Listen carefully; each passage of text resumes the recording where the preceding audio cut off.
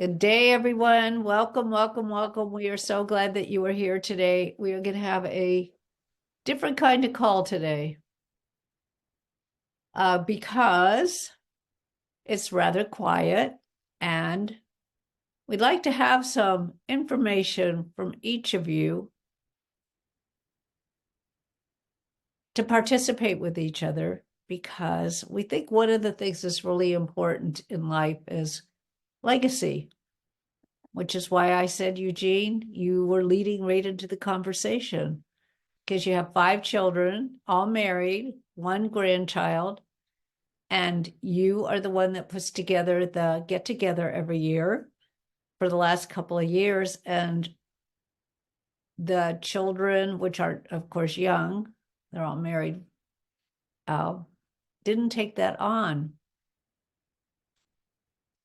And in that first 2 years, I'm going to gather that you felt you were building a legacy and that legacy could be carried on by the children. Would that not be an assumption on my part? Yeah, we're building a legacy for them. The fact that they didn't show up for Christmas is actually kind of it's a minor thing. But yeah, But yeah, it wasn't about the Christmas, it was about the get together. yes, yeah. So in building a legacy, would that be like, I mean, if you kept doing that for a few more years, do you think you could build a legacy with that and then the children would carry that on? Yeah, tradition as opposed to a legacy. Yeah. Okay, so what is legacy? What do you think legacy is, or what is legacy to you? Legacy to me is something that they'll take on when I'm not here. Oh, okay. As And opposed, how will they have learned how to take that on once you are oh, gone? well, we're teaching them that now because they are not all of them, but they're part of the business. Hmm. Um, and so we're teaching them our business Okay. and uh, and then the way we hold our the way our holdings are set up. It's set up in such a way that um, it will be passed on to them via most of our holdings are in land trust, Okay. and our LLCs are, I forget the terminology that the lawyers use, but the LLCs are the primary recipient in the land trust, along with the kids. And so we've just tried to structure the business in such a way that um, basically to protect our assets, and also not much goes to Uncle Sam at the end of the day. Well, LLCs usually don't go to Uncle Sam because the LLC doesn't die.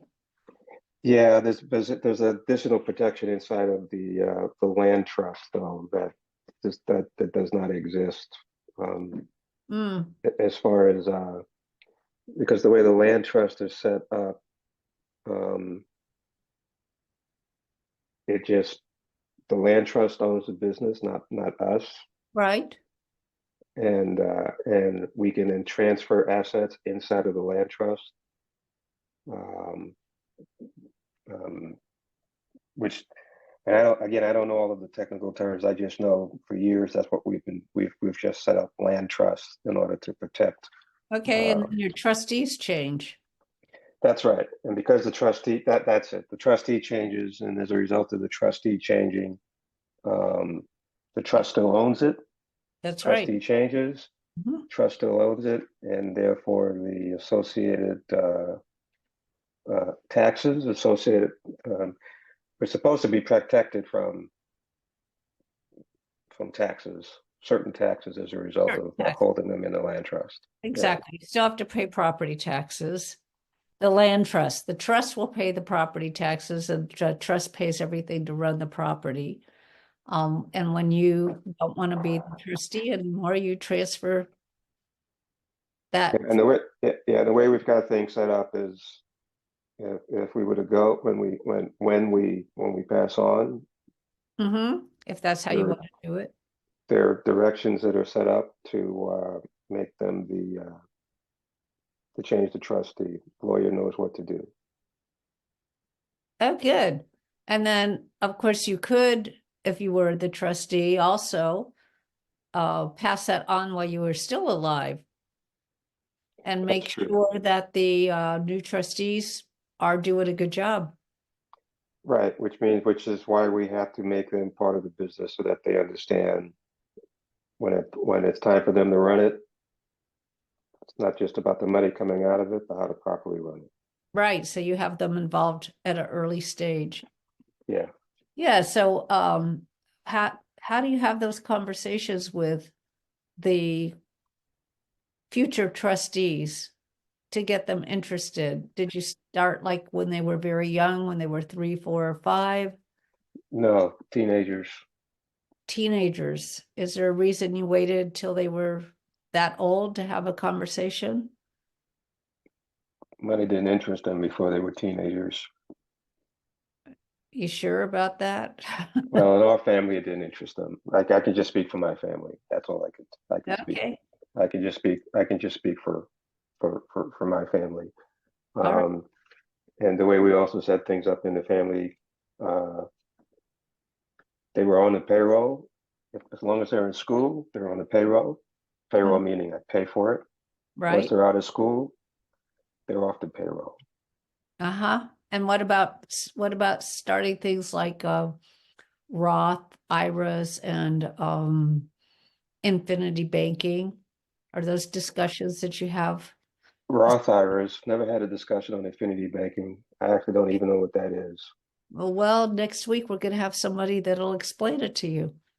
Yeah, yeah. So I've had self-directed Roths uh, for years. So and they understand. I used to be a lender, so I used to lend out of the self-directed Roth. That's great. I love that. That's really terrific. So thank you for participating in that. If you have other questions, so we have it, Ethan, but it's not Ethan. Who is this, please? You're muted. Yes, hello, hello, hello. I'm sorry. I don't know why I'm always coming as Ethan, but I'm actually Ethan's intern for his family office. So if you could actually quickly edit my name because I don't have the permissions, I believe. My name is Joshua Huang. I'm a sophomore in college, and I've come to develop a lot of expertise within sales, the VC startup space, and now more real estate. So in terms of where I've become comfortable in or have gotten more proficiency in, I've gotten a lot more proficiency in being able to manage investor relations, have conversation with, investors, venture capitalists, founders, and be able to just have effective dialogue and be able to connect people. So that's why I'm, trying to bridge into the real estate space because I know it's a very connections, relationships based. So just here Huh? to learn, honestly, just here to Yeah, learn. so we're having a conversation about legacy and how legacy usually runs in a family. And Jay Miller is on here and she'll probably participate also. So you are very young. You are what? In 20. you're 20. And so you are quite educated on actually all the things that create legacy. How did this conversation start and how old were you when that started? And can you give us like a little roadmap? In terms of how I've kind of So formed professional yeah, identity. we're talking about legacy. So legacy means something different to a lot of families, but a lot of the companies we work with, and they're all parents, are building what they call legacy, and they're buying real estate, and they have other people come in because they do syndications, and then at a certain point they return all the money to the investor, but they keep them in, some of them in, and they expect to keep the properties for generations. So the next generations will be running the property and buying more. And the people who invested get the reward of having no money in the deal anymore, and they're Right. still getting cash flow. Right. That's how they build legacy because they are interested in their children having the wealth and running the business. Yes, ma'am. It's not, they don't want to spoil their children. They want to teach their children, Mm. right? Mm. Entitled children waste money. Children who learn that respecting money, yes, Jay, respecting money and what it takes to earn it, do so much better. We've met a lot of third, fourth, and fifth generation family offices. So that's why I'm asking about you. How did the conversations in your family go that you are now like a expert in real estate and working for Ethan? So I wouldn't say expert by any means. Like I said, Okay. I'm newer to the real estate space. So, in terms of real estate, my objective with, the communities and the information involved in the industry is primarily just to get exposed to the conversations and get exposed to the people within the space, right? So with Ethan, he's been very gracious with me and he just allows me to sit in on call, be able to discuss with him deals. So it's more just being able to be exposed to the high level, high ticket deals that happen in that space. In terms of, The beginning. right, the beginning, yes. So Who had the first conversation with you about money? money. So I believe my first pivotal interaction with, generating wealth is during my junior year of high school. So junior year of high school is when I first started sales, my first sales career, and I was doing well, don't get me wrong, but I was nowhere near, a top salesman. And that's where I met my mentor. His name is Kevin Posey, and Kevin Posey is someone I still talk to this day. And Kevin Posey, he was working the sales job, making six figures easily just for fun. He was just there to keep his sales skills fresh. He was literally just there for a side hustle. Okay. And getting to know him, having him teach me his sales methodology and what he stands for within the sales industry, we've come to develop a really strong relationship, and he's been a really big mentor for me in terms of sales. Okay. So stop So sorry, I'm going on a tangent. because you haven't answered my question. So your parents didn't say one word to you about money or how business works or anything. And the first exposure you ever had to money or to how a business works was with Kevin. Yes, unfortunately, I haven't had much kind of in-depth conversation with my parents about money or about a legacy. My mom's an entrepreneur; she owns her own nail salon, but as immigrants, right? People that came from China to this country, they have a very different set of values and very different way of kind of how they want to raise their children. So when it came to money, it wasn't necessarily a discussion of how do you generate money, what is money, and how do you leverage it to your advantage. It was more just money is a hard thing to earn. You have to work really hard for it. You have to, hustle. So as much as that's great, right? I want to pride myself and say that I will work twice as hard to get to where I want to be. Those were intangibles that had no application to, real world experiences or real world, skill sets, right? I had to go out there and learn on my own. So I mentioned the high school sales career as my first pivotal moment is because, it was the first time where I was treated as an equal to discuss how to build wealth, how to generate wealth, and how to build, like you say, a legacy in this world. So you'll build the legacy. Your parents didn't. I find that really interesting, So, actually, especially with the culture of the Chinese, because they're pretty much about being independent and having their own businesses and having their children come up through those businesses. So, but not everybody's the same. guess not. I mean, I love my mom because, like I said, she's an entrepreneur. She has her own nail salon. But being quite frank, because it's a small, tight knit group, and I know Jay, I know Ethan, I know this is a very respectable community. I grew up with a lot of trauma from my mom and dad. They very much reinforced transactional values by kind of tying my worth to money. So I guess in a sense of what they taught me and how I view money is, being quite frank with you. I see money as a direct metric of my own value. And that's not healthy by any means, but that is the metric that I use. And that is the metric that will really drive me to achieve what I need to achieve to, I guess, resolve that trauma and to have more peace of mind when I'm an older person or whatever the case may be. I just want to be like you guys, just be old, peace of mind, content with life, and just being able to make deals, right? Have a legacy ahead of behind me and just live life. No, the legacy's never behind you. Oh, there we go. There we go. Change my way of thinking. Never behind you. Legacy, that's what you build the legacy, and so how you look at your legacy is like what we were talking to Eugene about. He's got 5 children. He didn't talk to his kids till they were teenagers. His idea of a legacy when we first started talking was, well, I made this up, that if he invited his children and they all live around the United States to go someplace every year for Christmas, and then if he did it long enough, then the children would take that over, right? As they're all married, but eventually they'll probably have children, and they'll see how great that legacy is to have 3 generations together. And then eventually they'll take it over as their children grow up. And that's what legacy is to carry on from generation to generation. That's one way to look at legacy inside of a family. Heard. Yeah, I mean, end of the day, like you guys are a lot more experienced, a lot more seasoned. You've seen a lot more of life. So I'm glad to be able to hear that nuance, because at the end of the day, like I'm a 20-year-old kid. I haven't seen anything yet, you guys have lived double, triple my lives. So I'm just glad to be here. Like I said, I'm just here to learn and here to just take in conversation, just be a part of a great community. Well, you have a passion, an incredible passion. So I think that's absolutely wonderful. And best with Kevin. You should invite Kevin to come on the show. Maybe we could have him talk about something.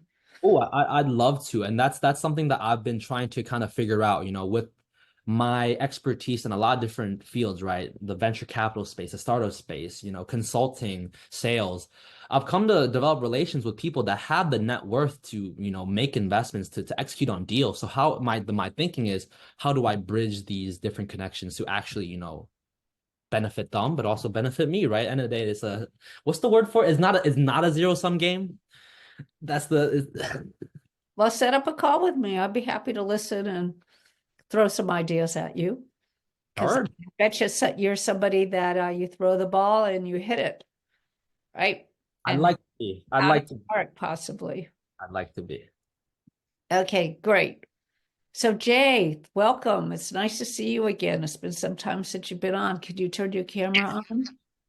Well, not today. It's like one microphone works better. I think you'd rather hear me than see me and see me and not be able to hear me. Okay, fine. But thank you. Yeah, I could not stay away. I feel so guilty. You've been so great in following up and mentioning me and remembering me. And there's a call at 5 o'clock every single day of another group I'm part of, but it was more spiritually enriching than practically enriching.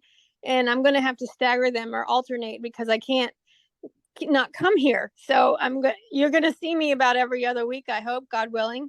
And thank you for acknowledging me. And things are really moving along, and I don't want to be out of your loop, and I don't want you out of our loop, including, Ethan. And he's been a wonderful friend and ally, and things are moving along slowly but surely, because I'm finding out that having a really long-term gain, or like a 10-year vision, there's that's not so common as we might think, or people think you have to think short term and play with the markets, but we cover both of those bases. So I'm learning a lot every single day. Every day is Christmas for me. There's always so much to learn and people to meet and new developments and things. And I'm just grateful for having been given something to be able to work toward, but it took me 30 years to get there. So, I mean, my whole part of our whole message is don't learn it much earlier than we did, right?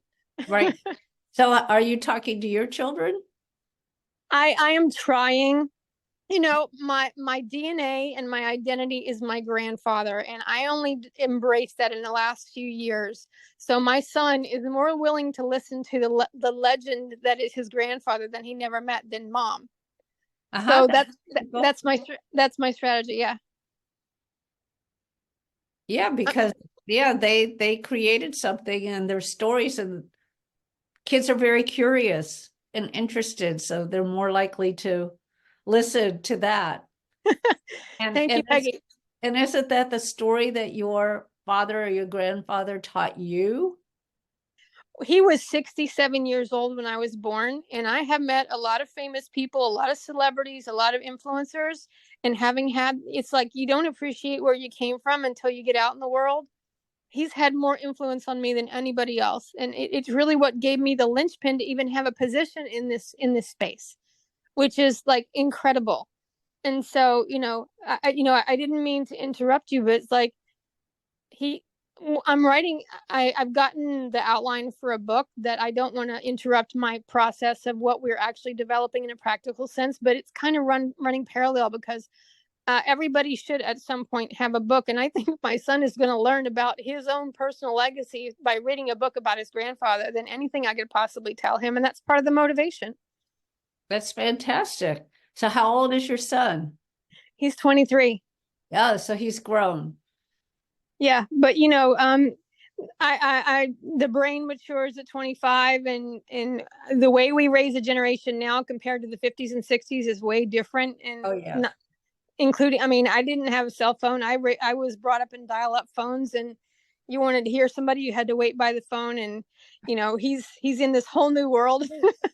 And so I think he's going to be really inspired by people like Josh as he grows, than listening to me. And the people that I hire and engage in as we go forward, they're going to be more inspirational, reflecting the brand and the vision than simply just me, because it's really not about me. But he's not going to get that until he's in the environment. It's the environment is everything. You're the average of the 5 people you hang out with, or who you're around proximity the most. And part of our mission is just to create those environments. It's not enough to be on Zoom. It's not enough to go to those conferences. If you're actually working and interning or apprenticing on a property with access to those kinds of people more often than if you were otherwise, that's going to just up your game, and you have to pass criteria to be able to be there.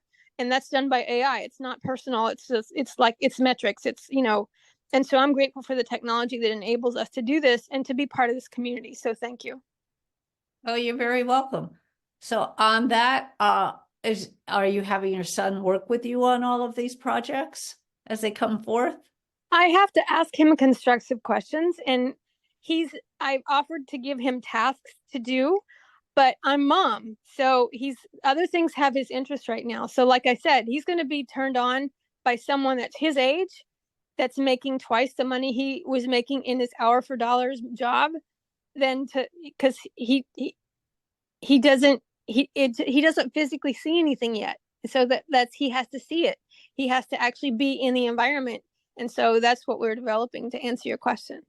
Okay, well, maybe a conversation with Josh would make a difference or help. Sure.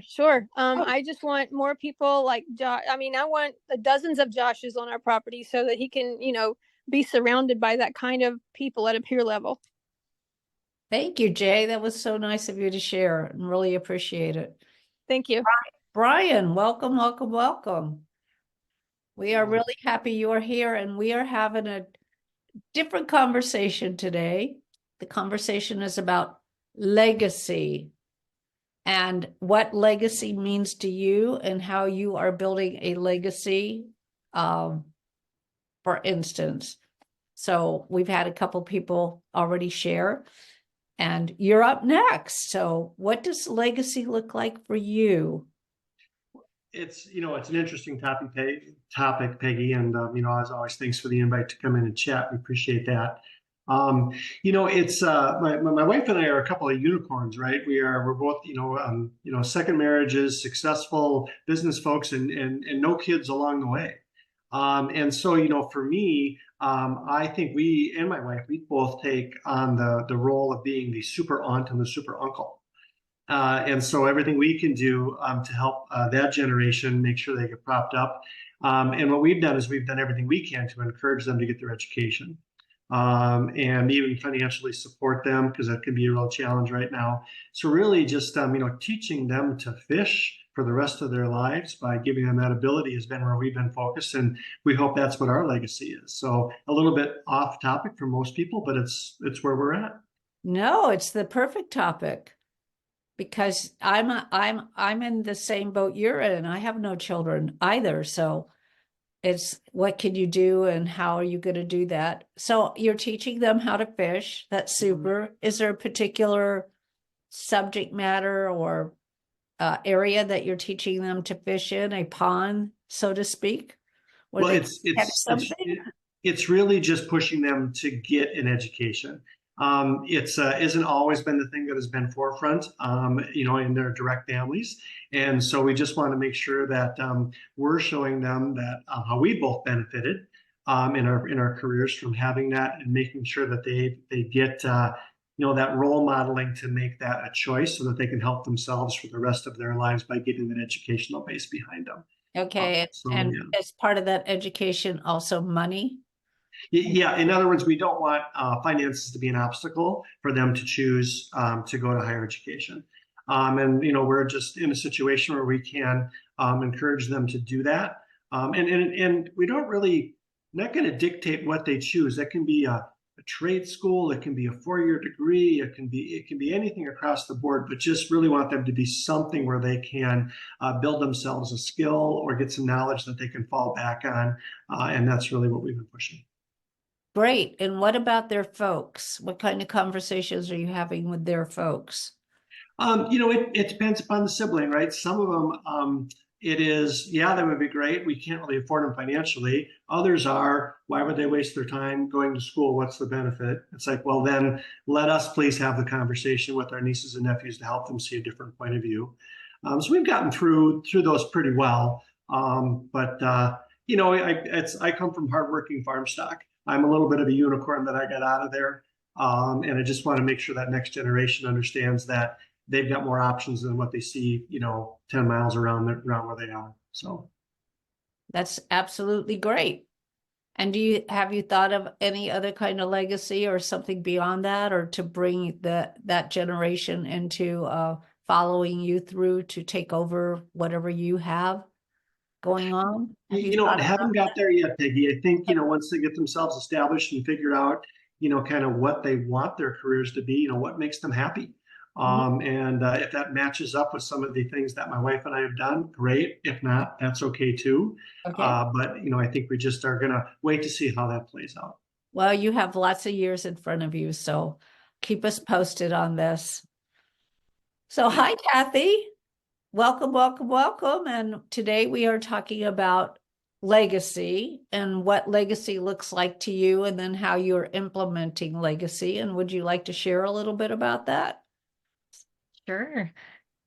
Legacy to me is leaving something for future generations. And see, I made a big mistake. I got a little bit of an inheritance from my grandmother, and I blew it all, because I didn't know the things that I know now at that time. If only I had known, things would be a whole lot different. So I am trying to help my kids understand, but kids don't always want to listen to their mothers. So, but I did tell them, I have a life insurance policy, and the death benefit is not going to you if you don't take the time to understand how to take care of money. So my trust will be my beneficiary for my policies to make sure that the money stays in the family. And we'll have instructions on how the money is to be used.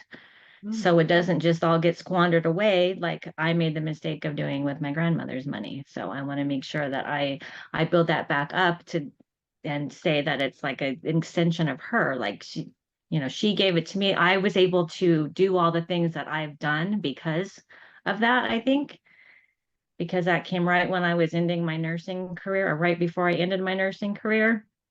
So I've been able to do a lot with that money. And so now I am creating a legacy for my kids because of that. That has a lot to do with it. So That's great. So could I ask you, we're not talking about money, we're talking about the legacy. What you said, you leaving instructions about how that's to be used. So you could actually say something about, I don't know, can you tell us kind of a couple of ideas of what your instructions look like? Well, for one, they're gonna get a life insurance policies too. Okay. Oh, so part of the inheritance goes into another being the infinity. Okay. Yep. And oops, sorry. And they're going to be borrowing against it instead of just squandering the money away. When they need something, they can take a loan against it, and they will pay 10% interest. But they're going to be paying it basically to increase their own wealth, by paying that 10% extra. so that will just help grow their wealth even more. I know we're not talking about money. I keep getting it back to money, but that's where my Oh, mindset but is. that's okay. No, but I'm just dollars and cents kind of thing. But Yeah. so if they're going to pay themselves back if they borrow at 10%, and they could find something that was like a 12% interest rate, so then they could actually pocket 2% if they wanted. Yeah, exactly. Yeah, well, good. Oh, that's great. So, is that teaching your children and your grandchildren? Well, I can only lead by example with my kids because they won't listen to me. I can only hope that as they see me investing more into real estate and, creating more and more wealth, then they'll be like, oh, maybe mom does know what she's talking about. Maybe we should start listening to her. So I And what actually just, about the grandchildren? the grandchildren are being taught from a very young age about how money works. How old are the grandchildren? They're right. They're 8 and the other one is, let's see, how old is she? She's 2, and my grandson's 3, and my other grandson's 1. And you're having conversations with all of them, except Well, the 1-year-old. the the 8-year-old, the 3 is like, he's going to be 3 in January. He's not quite there yet, but Yeah, but he's right there. That's the time. I don't know. There's a really great book out called How to Make Your Children Money Geniuses, Even If You're Not. And her name is Beth Kobliner, I believe. I'm sure it's on Amazon. And she says to start talking to your children when they're between 2 and 3. Because they get it. I mean, you think about all the things you talk to your kids about. That's when they're growing. That's when they learn everything. And then what? We think we shouldn't talk about money to them when they're absorbing all this information, right? You tell them, don't do that, or don't do this, or don't put your hand in the fire because. So why aren't we telling them, hey, this is how money works? But we don't think that for some reason. Oh, yeah, I don't know. because he's not 3 yet, but 2, I just can't. Not quite. Yeah, well, and then there's the jars, right? We love the 4 jars of saving, spending, community, and then investing. We always like to keep a jar for investing, and they like to spend, so we like to also have them have a jar with savings, right? Because you never know if something's going to happen, Josh. You might like to have a savings bucket if the car breaks down or needs a tune up because you're supposed to maintain the car, like things like that, or the refrigerator breaks down and you have to replace it, or at least have the guy come out and look at it, or gal. I don't know if gals are in the repair of refrigerators now, but that's what You that. still want to treat that money just like the bank. Like, you don't want to just have that savings and then just spend it on something. You want to replenish that savings, pay it back just like you would any other financial institution. So, Right. Well, that's what we did with my sister's grandson. We started him at 3 years old, 2 or 3 years old, and he would get $1 a week. So 4 quarters, and a quarter would go into each bucket. Spending is always empty. I haven't asked what's in the other 3, but I think everything's still in the other 3. And he borrows from his grandmother to spend more. His mother's a spender, so that's his example of spending, right? Mhm. So how do you counter that? Well, that's why we need the different generations and the different parts of the family to show how other people live and work and live their lives. Mhm. So I don't have family, and my family, and I do have several nieces and nephews, brothers and sisters, and none of them are interested in what I do at all, at any time. And so I have decided that I am going to set up for my legacy. I am setting up, I don't know yet exactly how or what, but something that will educate people. Because I think the thing that we don't have is enough education. And part of it is people don't have the money to go like to the special trade school that Brian was talking about. Go to a special trade school. Well, there's nobody to pay for that, but it could be set up with the different schools that they have money that could be applied for grants. So you let the different schools in the community or the US or whoever know that if somebody wants to go to, let's just say, design school or beauty school, or they feed them as the Fashion Institute or something like that, because they're private schools, they're not part of the public schools, the Harvards and all of that, there should be money available for these people to get the education they want without having to do the higher education. So that's my intent, is to have that education set up, because I believe the more educated people are, the less people will have living on the street, homeless, because if they have skills and knowledge, they'll know how to pick up their bootstraps, as I say, and move on. People that do end up homeless, most of them are back off the streets within 48 hours because they have those skills. So I'd like to get more people skilled in that. So that's my legacy, because my children, I don't have any, and the nieces and nephews don't frankly give a hang. So why should they benefit from all my work when what I want to do is have other people have the life they want? And all my nieces and nephews can take care of themselves. They're all quite skilled like that. Anybody have any comments or second thoughts or fourth thoughts or anything on this?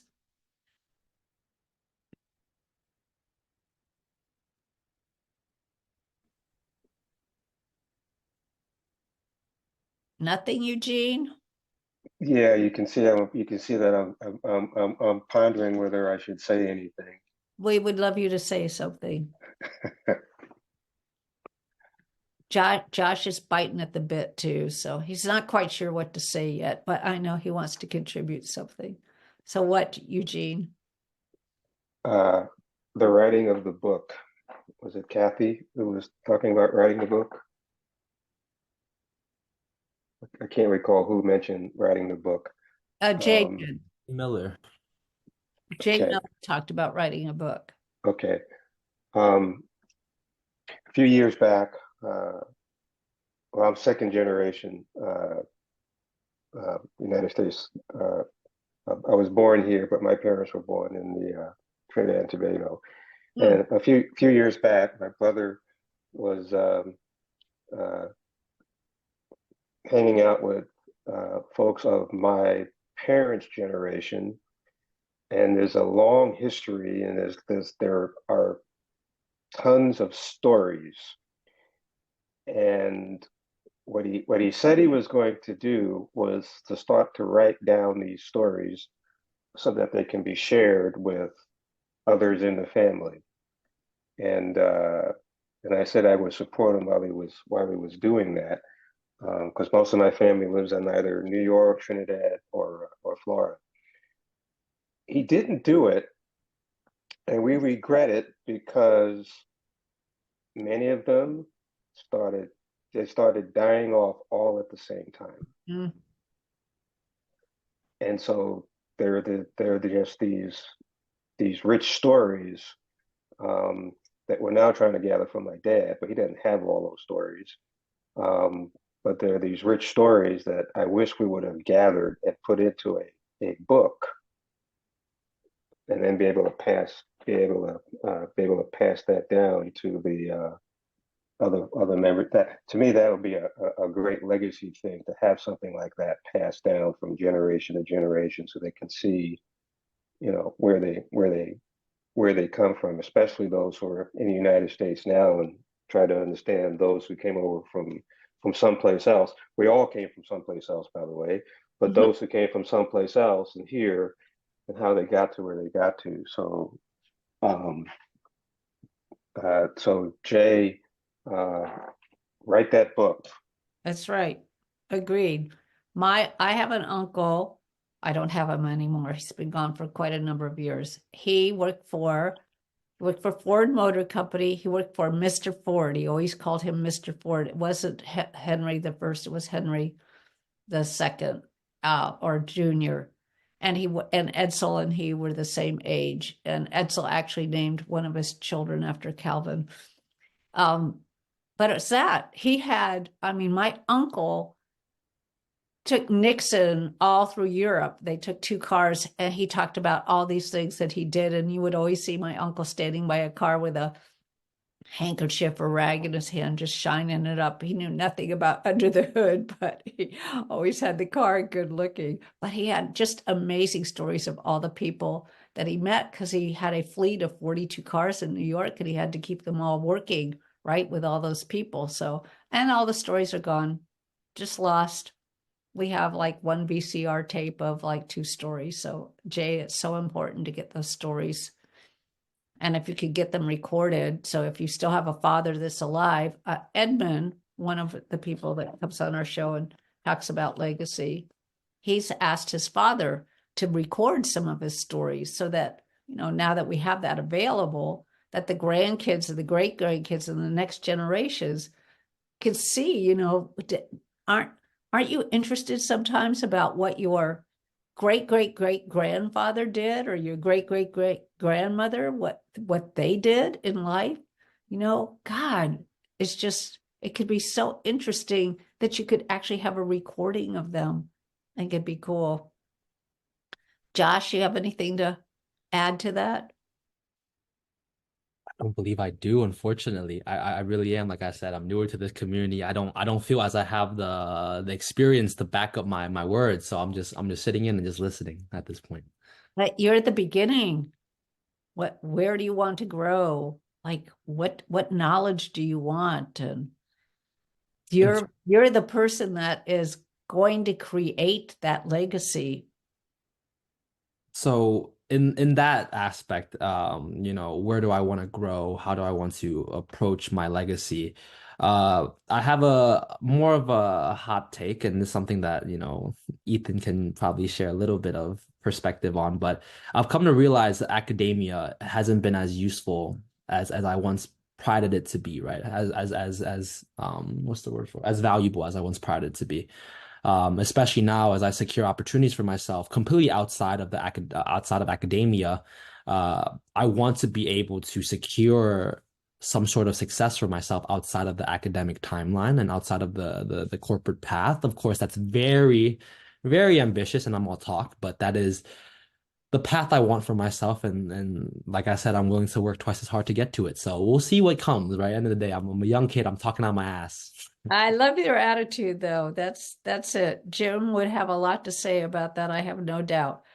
Jim Buchanan, hi, welcome. I'm sorry, it's not Buchanan. Yeah, Buchanan. You're Arizona, right? Yes, ma'am. Yes, you are. And I know you. I forgot about the time change, and then I got called out on another call. So anyway, well, I'm here, and I'll just sit by and listen if you don't mind. no, well, we're like almost done, and we're talking That's about legacy. And because you've been in the real estate field for so long, yeah, I have. yes, you have. Do you have a legacy? Have you built a legacy? And if you do, did that legacy come to you? Did someone teach you about legacy and it's been for generations? Or, we're all trying to learn here. And Yes, actually, my family was the product of the Great Depression, and they became very successful, considering that my father had 50 cents to make it through his senior year in high school. Now, 50 cents in 1933 was enough money, but it was unbelievable. And they were conservative beyond conservative. And believe it or not, none of them ever held a job. The reason being was there were no jobs available. So they started their own business, and they've been that way. And I've been that way all of my life. And so I was just raised that way. So I kind of make people like, what's his name? Dave Ramsey, look like a wild liberal, spendthrift. But I prefer to follow in maybe along the lines of Kiyosaki, where credit is our friend. Use credit. That's my whole philosophy. And as far as legacy, I'm still building mine, and I'm trying to inspire it into my daughter and my granddaughter, and hopefully it'll go from there. So that's kind of in a nutshell. There's my elevator speech. I guess I have one. Did you bring your daughter up in your business? Yes, And yes. she's Well, actually, we were in manufacturing most of our lives, but that all ended. We fed product to the twin plants along the Arizona-Mexico border from 1965 until 2005, around there. But that's gone now. That's pretty much gone. So I've directed my attention. Starting in 72, I started investing in real estate, buying properties and business that enhanced our manufacturing business. And I had so much fun doing it. I said, well, I'd rather do that. So that's what I've been doing. So there you are. That's great. And your granddaughter, did you bring her into the business? She's still in high school, but she's coming around. I mean, she's making very good grades. I'm very proud of her. But she pinches the pennies and tries to find value, and it's a little hard for a teenager, but she's doing it. Yeah.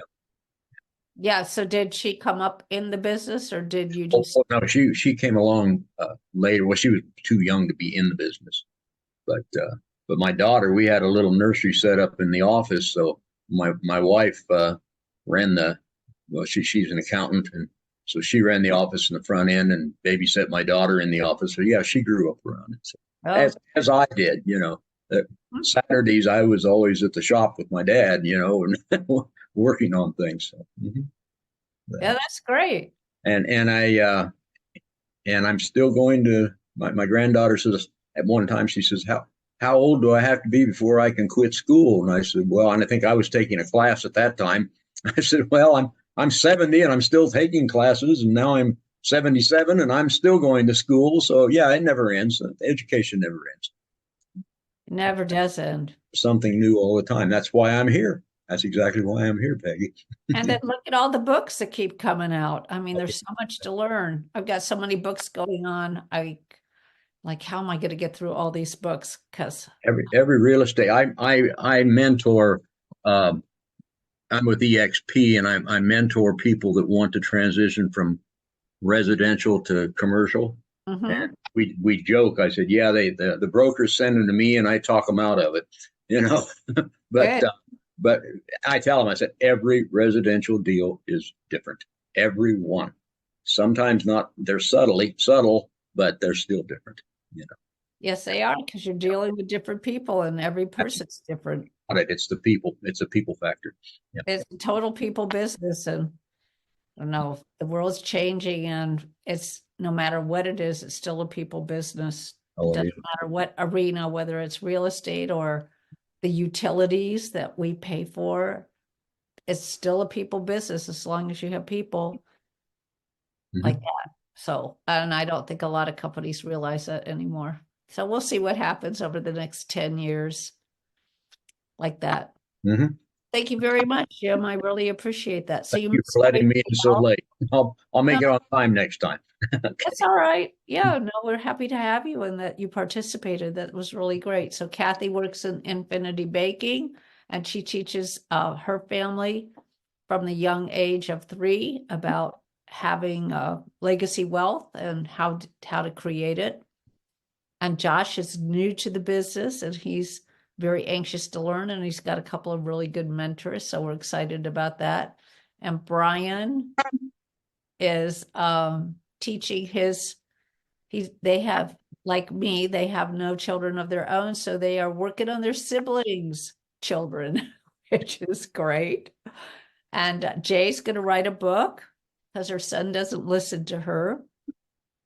And she's writing the book about all the stories that her grandfather, about the life of his grandfather. So that'll be really, really terrific. And then Eugene has several children, and he is working on building a legacy that can be passed on by having his children come together every Christmas. And as they have children of their own, that they would eventually take that on. So, and stay in the business. They also have a business. Real estate, by the way. We are a real estate group here. So Why would you expect everybody to be in real estate? It's the best thing that ever happened, as far as I'm concerned. I love real That estate. sounds like a good name for a book. I wrote this book because my son doesn't listen to me. That sounds like Actually, it does, doesn't it?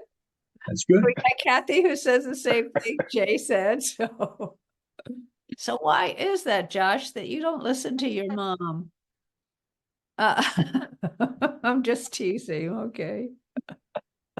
And Ethan he does that. He works the whole time. He just likes to have us with him. So, any other comments, thoughts before we go?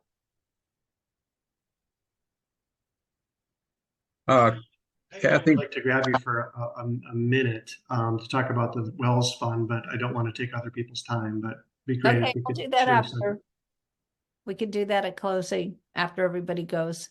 I have a question. I have a question of Kathy because I didn't hear just what Peggy described.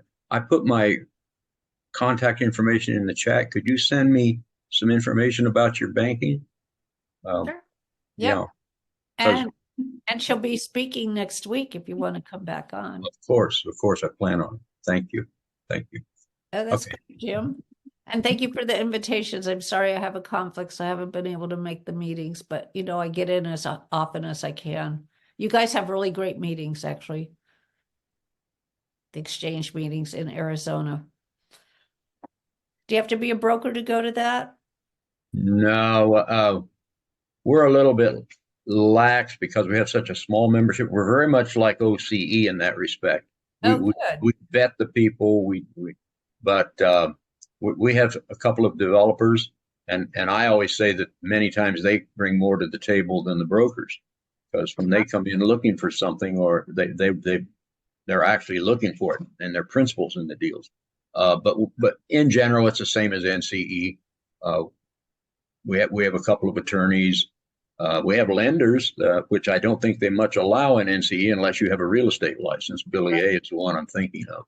Yeah, But- NC only allows you to we have to have a real estate license, but Yeah. OCE, Orange County, Yeah. they always were open.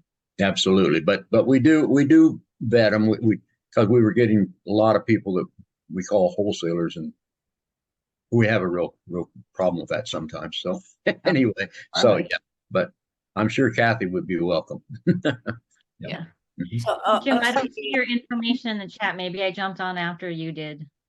I just put it in there just now. Hmm, I hope it's in there. I don't see Good. it. Well, j.buchanan50@yahoo.com. Yeah, it's in there, Kathy. Okay. That's weird that I Oh don't no, see it. Eugene's there. Jay's there. No, you're not there. Oh dear. Me and high tech again. Yeah, you want to try doing it again? Yeah. And then we'll go. Yep, so that's good. No, I'm showing it there. No, I sent it to Hubert. Oh, just a minute. I Send it to somebody. Yeah, hang on. So none of us can see it. So just copy and paste it to everyone, Yeah, and then we'll have it. And I'm going to stop recording. So thank you everyone for coming.